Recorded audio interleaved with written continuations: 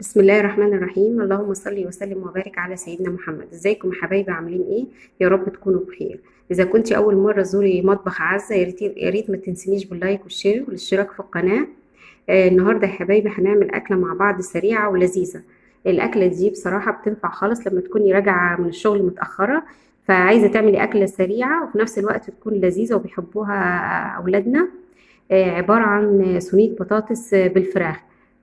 عبارة عن فرخة متقطعة ومنقعاها في المية والخل والليمون، وبنغسلها بالدقيق. بعد كده بعد كيلو بطاطس متقطعة مكعبات، بصلتين كبار مبشورين، وحدتين فلفل، طماطم مقطعاها صغير.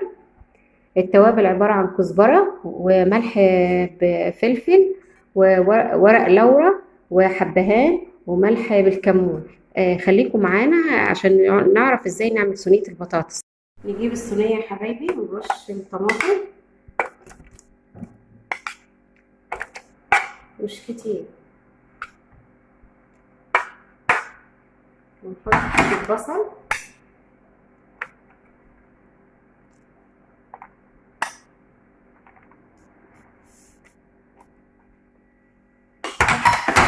وبعد كده يا حبايبي نرص الفراخ. الفراخ لازم تتنقع في المية والملح والليمون مدة ما تقلش عن ساعة أو ساعتين، بخليها تطول. كل ما تطول النقع بتاعها بيكون طعمها أحلى.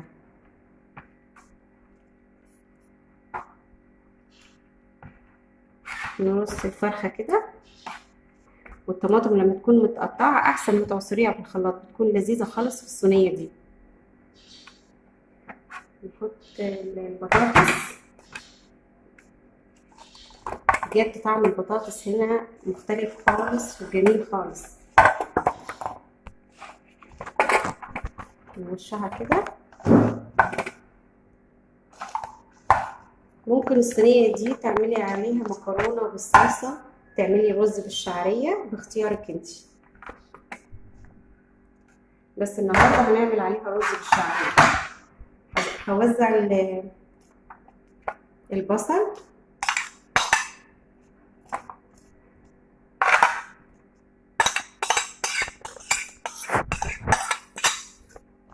اجيب البهارات. بعد كده احط البهارات، ورق اللورا هنوزعه على الصينيه،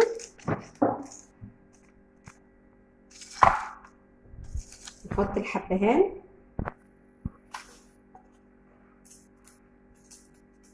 والكمون والكزبره والفلفل الاسمر. بعد كده يا حبايبي نحط الطماطم،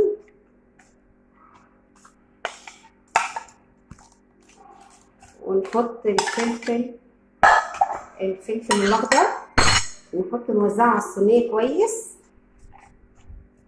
نوزع الفلفل الاخضر على الصينيه. وبعد كده يا حبايبي شكل الصينيه جميل خالص والالوان فيها جميله. هنحط الصينيه على البوتاجاز ونحط شويه ميه، وهنسيبها تغلي يا حبايبي لغايه ما تستوي. وبعد كده نحطها بعد ما تغلي حبه، نحطها في الفرن البوتاجاز لغايه ما تستوي وتحمر الوش من فوق.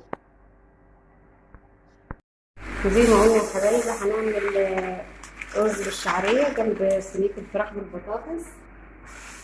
وصينيه الفراخ غليت معانا وريحتها تحفه جميله خالص. ريحتها في البيت كله كده حاجه ما حصلتش بصراحه. بجد صينيه الفراخ بالبطاطس جربوها هتعجبكم خالص. ودلوقتي هعمل رز بالشعريه. طبعا كلنا عارفين ازاي نعمله. بنجيب الشعريه ونحمرها كويس. وجبه جميله بجد.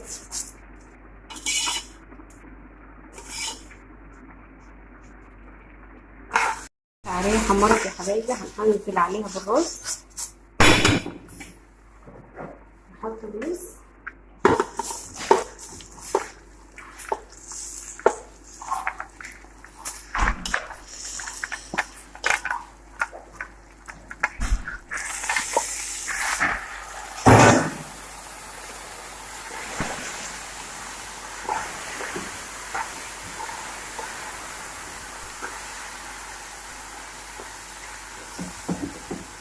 ده الغدا بتاعنا النهارده، صينيه الفراخ بالبطاطس والرز بالشعريه، ولسه هعمل السلطه الخضراء.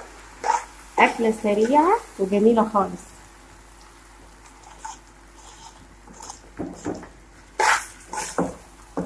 وهنحط الميه للرز والملح ونسيبه يستوي براحته. وهحط صينيه البطاطس في الفرن، صينيه البطاطس بالفراخ هنحطها في الفرن. ودي شكل صينية الفراخ يا حبايبي بعد ما طلعناها من الفرن. شكلها تحفة بسم الله ما شاء الله، وريحتها حكاية بجد. جربوها هتعجبكم خالص. وعملت معاها رز بالشعرية وسلطة خضراء وملوخية خضراء. يا رب الوصفة تعجبكم. يا ريت ما تنسونيش باللايك والشير، وإن شاء الله إلى اللقاء تاني مع وصفة تانية في رعاية الله.